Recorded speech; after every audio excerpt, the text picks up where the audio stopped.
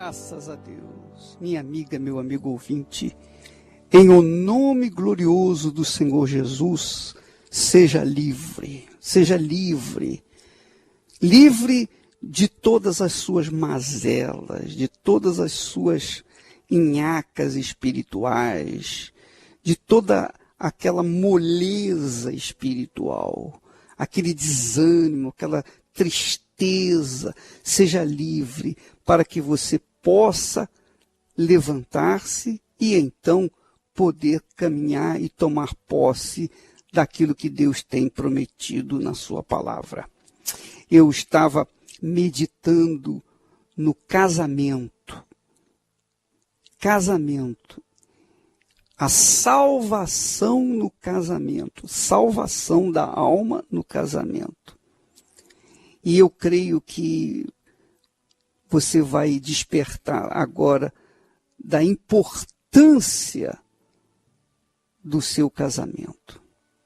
E eu creio que muitas pessoas que estão me ouvindo nesse momento estão com problemas no casamento, estão com o casamento falido, fracassado, desanimado e tal. Mas veja só, você sabia que o casamento tem tudo a ver com a salvação? Que a salvação da alma tem tudo a ver com o nosso casamento? Ah, bispo, eu não entendo. Como é que pode? Como é que pode uma pessoa, ela é salva pela fé. Ela é salva pela fé. E ela não precisa ser necessariamente casada para ser salva. É claro que não. Porém, o casamento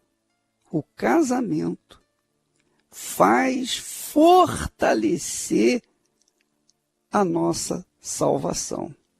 Assim como a nossa salvação é fortalecida pelo casamento, nós também temos a certeza, a convicção de que quando o casamento é falido, dificilmente a salvação já é difícil, mas quando o casamento é falido, é muito difícil a pessoa manter-se fiel na fé. Por quê, ô bispo? Por que eu estou falando isso? Porque a salvação é uma aliança que você faz com Deus, com o Senhor Jesus. Salvação é a aliança que você faz com Deus. Casamento que você faz com Deus. E esse casamento é refletido no casamento, nas alianças que nós fazemos entre nós, seres humanos. Presta bastante atenção. Quando Deus criou Adão e Eva, antes de Adão e Eva se casarem, se juntarem, se unirem, de fazerem aliança, eles existiam, eles foram criados. O que eu quero dizer com isso? Quero dizer que eles primeiro foram criados e depois se casaram. A primeira coisa que eles fizeram depois de serem criados foi o casamento. Primeira coisa que aconteceu na vida de Adão e Eva, depois de terem sido criados, foi o casamento, foi a aliança. O que isso sugere? Que a primeira coisa, depois da nossa salvação, que nós temos que investir é no casamento.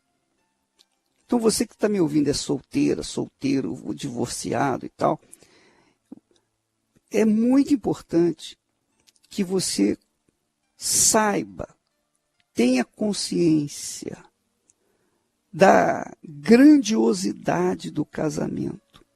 Deus não fez a mulher para ser mulher apenas. Deus não fez a Eva para ser simplesmente uma mulher de Adão. Não, ele fez a Eva para auxiliá-lo. Auxiliá-lo.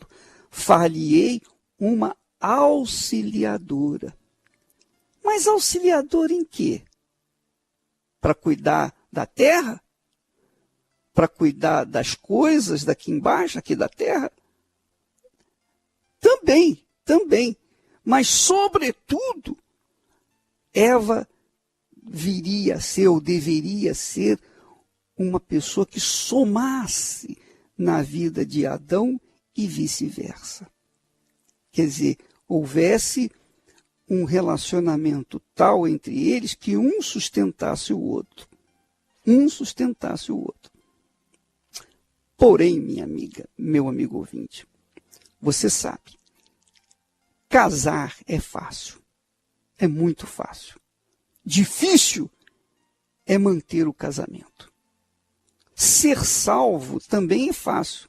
Você entregou a sua vida para Jesus, você está salvo. Difícil é manter a salvação. Não é assim? Realmente é assim. Você vê que salvação e casamento tem tudo a ver. Porque casar é fácil. Ser salvo também é fácil.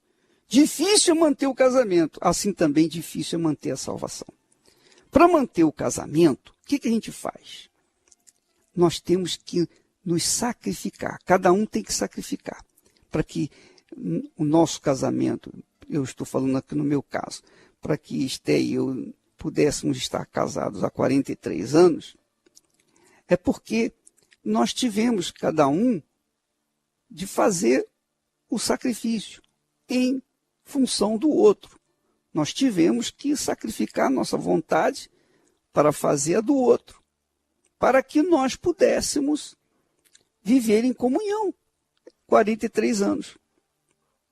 Então, essa ideia do casamento, que é fortalecido, é solidificado através do sacrifício de ambas as partes, tanto o dela em meu favor, quanto o meu em favor dela. Porque se ela faz um sacrifício em meu favor, eu vendo isso, eu também vou fazer o meu sacrifício em favor dela.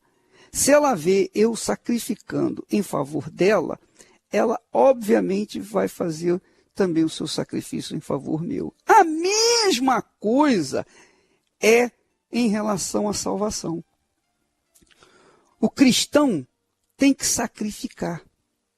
Ele tem que sacrificar todos os dias. Sacrificar sua vontade para fazer a vontade de Jesus. E Jesus, obviamente, já faz o sacrifício de nos tolerar, de aguentar as nossas faltas, falhas, erros e pecados. Então, assim como eu tenho que fazer o sacrifício diário para seguir Jesus, também eu tenho que fazer o sacrifício diário para manter o meu casamento. E assim acontece com todas as pessoas. Então, minha amiga, meu amigo ouvinte, quando a gente fala em sacrificar, as pessoas pensam logo em dinheiro. Ah, eu vou colocar minha oferta, meu salário no altar. Não é isso. Não é isso. O sacrifício é muito maior do que isso. Quem dera que fosse só isso. Quem dera. O sacrifício exige que eu venha renunciar à minha vontade pessoal para fazer a vontade dela, da Esté, e vice-versa. Então, esse sacrifício é fundamental para que nosso casamento se perpetue. Assim também é em relação à salvação da alma. Exige o sacrifício constante da carne. Para que eu possa obedecer Jesus, eu tenho que me desobedecer. Para que eu possa fazer a vontade de Jesus, eu tenho que contrariar a minha vontade. E se eu quiser fugir do sacrifício pessoal na minha fé, então eu estou certamente estarei fadado à perda da minha salvação. Porque Jesus disse, quem quiser vir após mim, Negue-se a si mesmo. Olha só. Negue-se a si mesmo. É sacrifício. Você negar a si próprio. Tome a sua cruz. Outro sacrifício. E siga-me. Terceiro sacrifício. Porque seguir Jesus, você tem que obedecer a sua voz, a sua palavra, e contrariar a sua vontade. Então é sacrifício, sacrifício e sacrifício. Então, você verifica, minha amiga, meu amigo, que salvação e casamento tem tudo a ver. Então, se você é uma pessoa que, por acaso, esteja fracassado no seu casamento, olha, abre o seu olho. Sabe por quê? Porque uma pessoa fracassada no casamento, fatalmente será fracassada na salvação da sua alma. É muito difícil a pessoa que foi fracassada no casamento manter a sua salvação. Por quê? Porque tanto o casamento quanto a salvação dependem da fidelidade. São valores que não se podem desprezar. Fidelidade, manutenção da sua palavra, honrar a sua palavra, seu compromisso empenhado um para com o outro. Não é assim? Não é isso que a gente faz no casamento? No casamento, quando a gente vai no altar, um jura para o outro, ó, serei fiel a você na doença, na saúde, na riqueza, na pobreza, e etc, etc, etc. Então, todas essas promessas são feitas lá no altar. Assim como também, quando a pessoa entrega a sua vida para Jesus, é no altar. Olha, Senhor, eu vou te seguir, eu vou te servir, tão somente me perdoa, me lava, me purifica, e eu vou te ser fiel. Então, tanto o casamento quanto a salvação exigem cumprimento, honra da palavra empenhada. Tanto a palavra empenhada para com a noiva ou o noivo, quanto a palavra empenhada para com o Senhor Jesus. Aliás, é por isso que Jesus se identifica como noivo e a igreja como a noiva. Por quê? Porque noivo e noiva vão se casar. Então você verifica, minha amiga, meu amigo, que quando a pessoa cuida do seu casamento, na realidade ela está cuidando da sua salvação. Quando ela cuida da sua salvação, ela cuida do seu casamento. Poxa, bispo, mas eu estou descasado, eu estou divorciado, e agora? Quer dizer que eu perco minha salvação? Não, você não perde a sua salvação. Eu quero dizer para você que você deve investir pesado na sua salvação. Pesado na sua salvação. Manter-se vigilante com uma vigilância dobrada, triplicada, quadriplicada com respeito à sua salvação. Por quê? Porque quando você está divorciado ou divorciada, você perde a sua auxiliar, o seu auxiliar. Então você está sozinho. Não, eu não estou sozinho, estou com Deus. Eu sei que você está com Deus, mas você certamente precisa de uma pessoa que venha lhe auxiliar, tal e qual Deus providenciou para Adão lá no Jardim do Éden. Então, é por isso que eu quero dizer para você, aliás, eu disse para o Renato, quando nós o trouxemos dos Estados Unidos para o Brasil, tanto a Cris como o Renato. Falei, olha, vocês vão fazer o curso da salvação, ou o curso do casamento blindado, vocês vão fazer uma escola, vão trabalhar, vão investir no casamento. Porque vocês tiveram experiências amargas no casamento e vocês podem ajudar as pessoas que estão vivendo problemas no casamento também. Então, vocês vão investir no casamento. Vocês vão só trabalhar nisso. Porque eu considero a reunião, preste atenção, minha amiga, meu amigo ouvinte, preste atenção no que eu vou dizer. Eu considero a reunião da terapia do amor, a mais importante da igreja. Por quê? Porque é um trabalho de fé inteligente, racional, onde se ensina o casamento, regras, dicas, segredos do casamento que, no fundo, vem refletir na salvação da alma. Então é o gênesis da vida. Eu quero dizer para você que a coisa mais importante que aconteceu na minha vida, de tudo que aconteceu na minha vida, a coisa mais importante que aconteceu foi o meu encontro com Jesus. Quer dizer, foi quando eu fui criado, nascido de Deus. Como Adão foi criado, eu nasci de Deus. Foi a coisa mais importante que aconteceu na minha vida. Depois disso, a coisa mais importante foi o meu casamento. Porque quando eu encontrei a Esther, eu encontrei a pessoa que viria me ajudar. E vice-versa. Então, é o que aconteceu lá no Jardim do Éden. Primeiro Deus gerou ou criou Adão e Eva. Depois, eles se casaram. Então, o casamento segue logo em seguida ao nosso encontro com Deus. Então, primeiro é a nossa salvação, é o nosso encontro com Deus, a nossa experiência com Deus.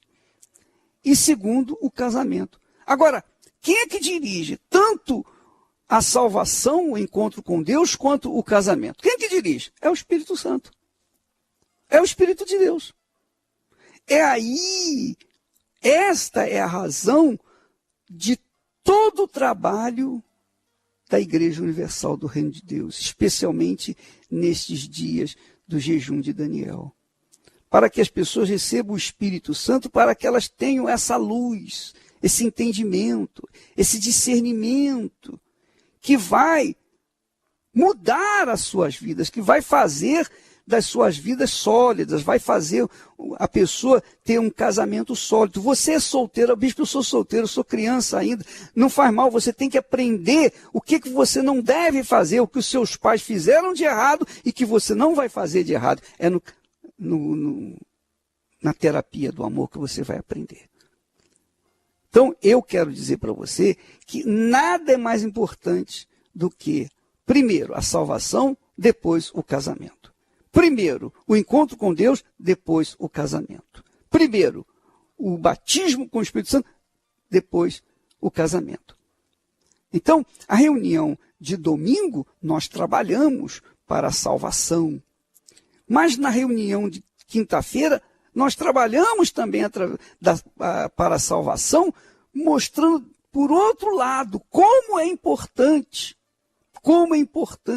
a pessoa saber sacrificar. Porque se ela sabe sacrificar em favor do seu parceiro, da sua parceira, ela vai saber sacrificar também em favor do Senhor Jesus. Quem fugir do sacrifício pessoal no casamento, com certeza estará fadado à solidão. E o mesmo se dá em relação à salvação da alma. Quem foge do sacrifício e não nega a sua vontade para obedecer às instruções da palavra de Jesus, certamente perderá a sua salvação. Veja o que disse Jesus. Olha só. Jesus disse assim: aquele que tem os meus mandamentos e os guarda, quer dizer, pratica, esse é o que me ama. Esse é o que me ama. Então você vê que Deus não ama, não requer amor sentimento, ele requer amor prático. Amor prático, amor que pratica a sua palavra. Quando eu pratico a palavra, quando eu obedeço a palavra de Deus, eu estou mostrando, provando para Deus que eu o amo. Ele diz mais: se alguém me ama, guardará a minha palavra, quer dizer, praticará a minha palavra. Então é assim: e meu Pai o amará, e viremos para ele e faremos nele morada. Então é toma lá da cá. Então o amor que Deus exige de nós não é amor sentimento, Não é um amor como nós temos visto neste mundo. Não. É um amor que segue uma regra, que pratica a palavra. Quer dizer, um amor inteligente. E esse é o amor que deve ser entre marido e mulher.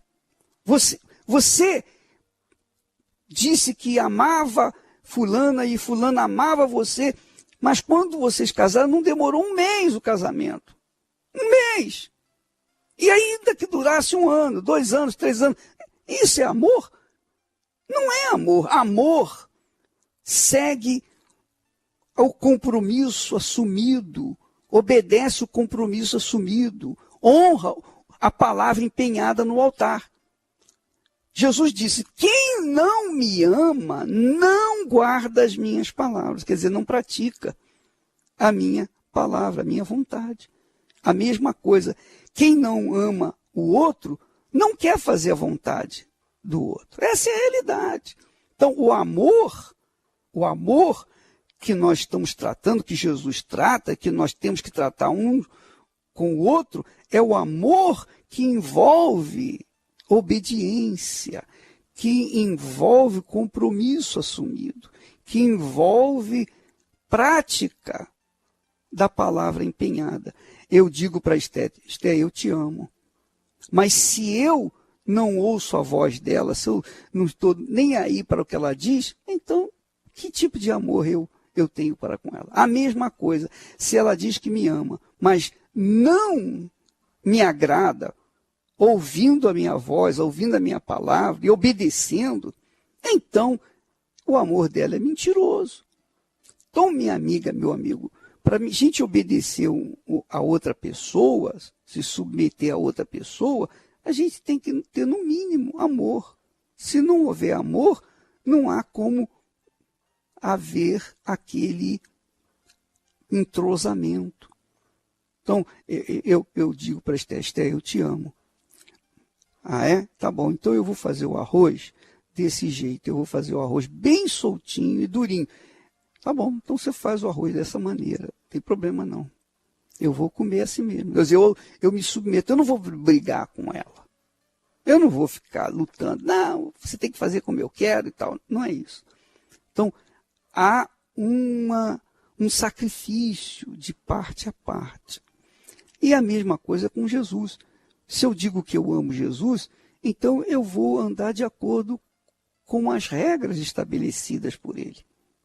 Então eu não vou adulterar, eu não vou mentir, eu não vou roubar, eu não vou fazer mal aos outros, eu não vou ficar com mágoa de ninguém, eu não vou ficar julgando ninguém, eu não vou fofocar. Enfim, eu vou cuidar da minha vida de acordo com a palavra, eu vou colocar minha vida de acordo com a vontade de Jesus. Aí sim eu estarei mostrando que eu o amo de fato e de verdade. Então, você veja, esses mandamentos, essas palavras, ou essa fé que eu estou passando para você agora, você aprende aonde? Você não vai aprender em outra reunião, senão na reunião da terapia do amor.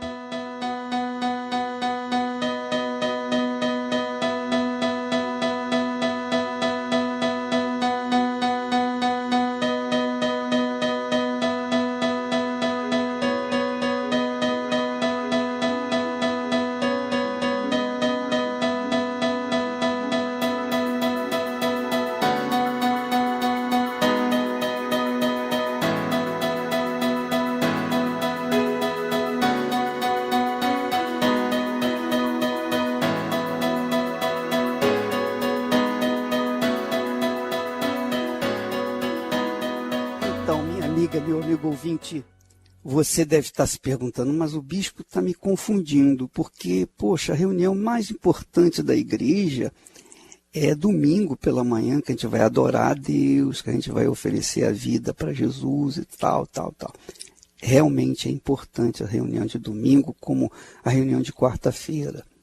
Mas a reunião, o início de tudo, o início de uma vida, de um relacionamento com Deus, começa ali na quinta-feira. Por quê, bispo? Porque eu já expliquei, quando a pessoa investe a sua vida no seu casamento, ela está investindo na sua salvação e vice-versa. Se ela investe na sua salvação, ela está investindo no seu casamento. Porque o casamento, como a salvação da alma, tem tudo a ver uma coisa com a outra. Então, a terapia do amor não é para as pessoas que estão apenas com problemas no casamento, nem para aquelas pessoas que estão solteiras e vão buscar um parceiro. Não faça isso. Não vá buscar parceiro na reunião da terapia. Se o parceiro que você quer buscar é o Senhor Jesus, aí tudo bem. Mas se não é, esqueça, não venha. Porque a terapia do amor é para que as pessoas venham saber o que fazer, como gerenciar a sua própria vida. Porque na terapia do amor nós temos o gênesis da vida de cada um. Então, Cristiane e Renato não estão ali simplesmente para fazer uma ou mais uma reunião. Não, eles dois, mais o Domingos e a Núbia, eles estão lá para colocar a vida inteira no altar em favor daqueles que querem ter, no mínimo, o mesmo tipo de relacionamento com Deus e também no seu casamento. Então, eles têm experiência para passar para vocês, para que vocês venham saber como agir na hora da necessidade. Tá bom? Então, nesta quinta-feira, nós temos a terapia do amor para todos os interessados na sua salvação, sobretudo na sua salvação. Nós vamos ouvir agora um testemunho de uma pessoa que foi batizada com o Espírito Santo. Eu queria que você atentasse para esse testemunho, é muito importante para que você veja como o Espírito Santo muda a gente. Vamos ouvi-lo.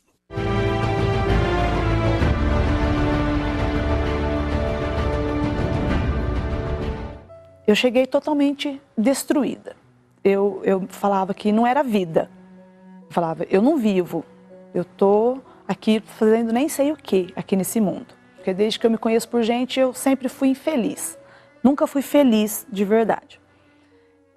Casei muito cedo, engravidei, casei, tentando sair da casa dos meus pais, tentando resolver o meu problema, tentando ser feliz de uma outra forma. Comecei a beber, entrei em vícios também muito cedo. Com 15 anos eu comecei a beber, fumar. Eu ainda era solteira, bebia, fumava, saía para as noites, me prostituía, tudo. E aí resolvi sair de casa. Na minha casa, dentro da minha casa, meus pais tinham problema de bebida, né, também. E tentei buscar felicidade num casamento.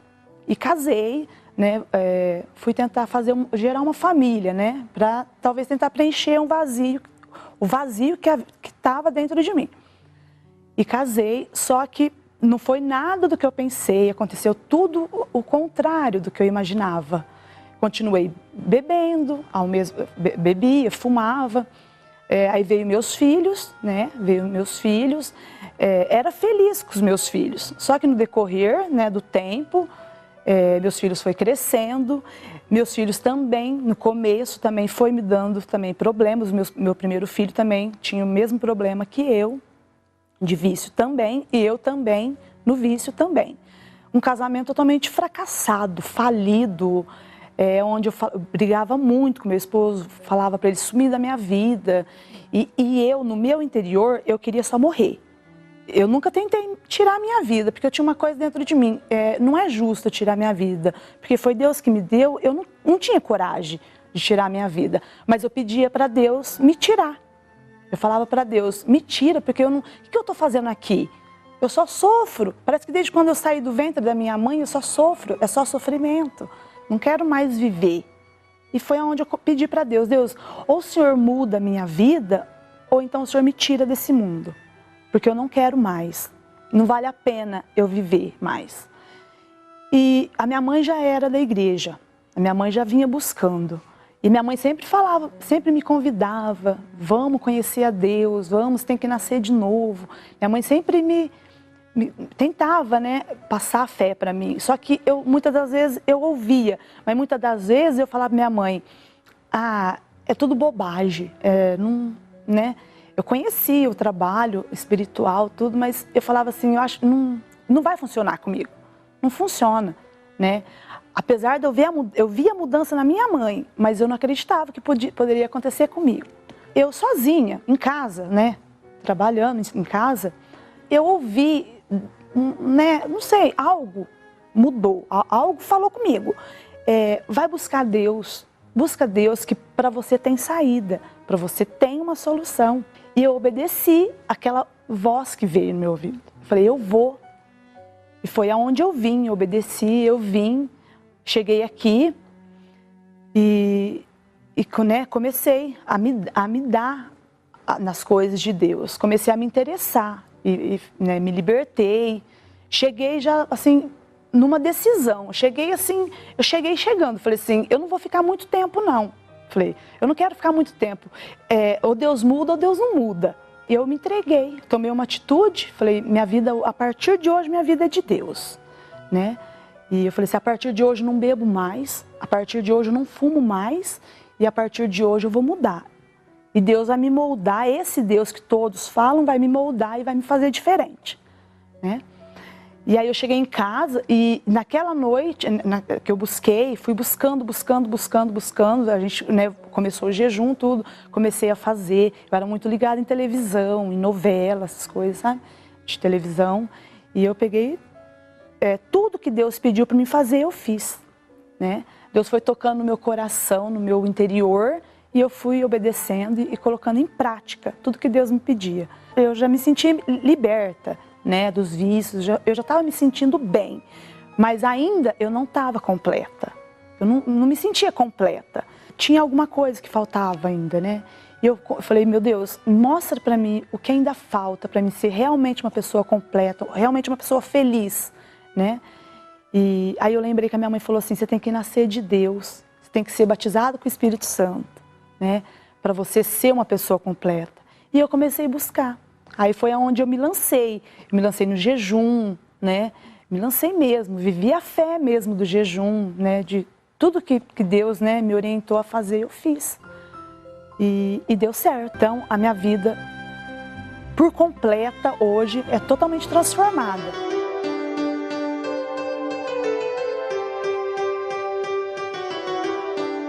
Graças a Deus. Minha amiga, meu amigo, nós chegamos ao final dessa programação.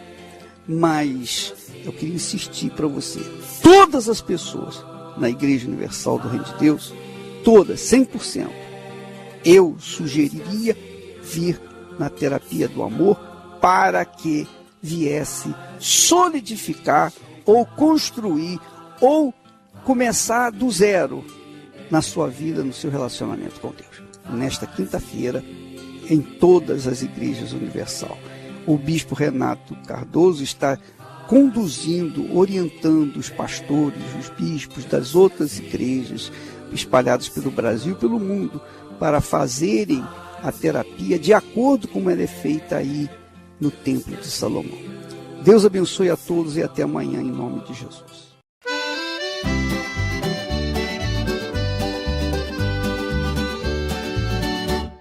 Lasciatemi scegli un mele tu, un sole che scuria traerà.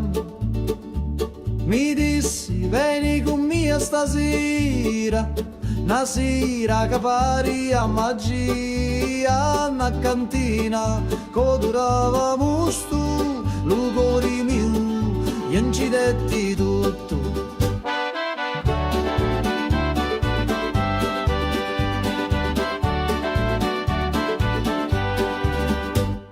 Gira chiagnina lenta e sorda e giro frasso che canta ancora, che non è vino rosso come fuoco, ambivio frasso scordavo loco, manichini dove speranza da sta terra tutto danza.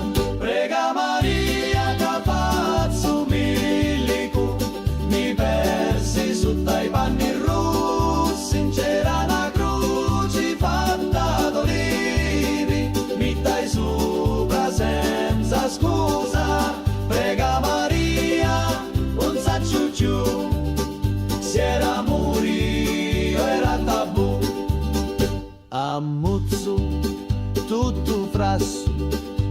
leva cori come passo. Tu c'era notte in do vento, con una luna appesa senza pentimento. Una voce mi chiamava tu funno, scendi ancora un perdi sto mondo. Da cantina il tempo si ferma, ogni goccia è storia eterna.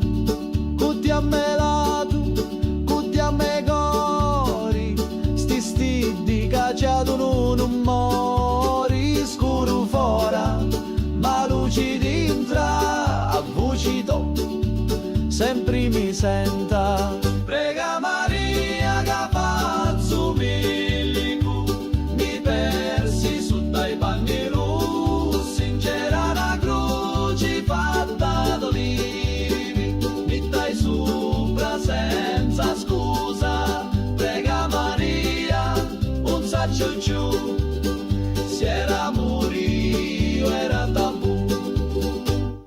Lassati mi scigno meletu, ogni volta, ogni giornata, a ti torno in ta cantina, con vino speranza e una picca rovina.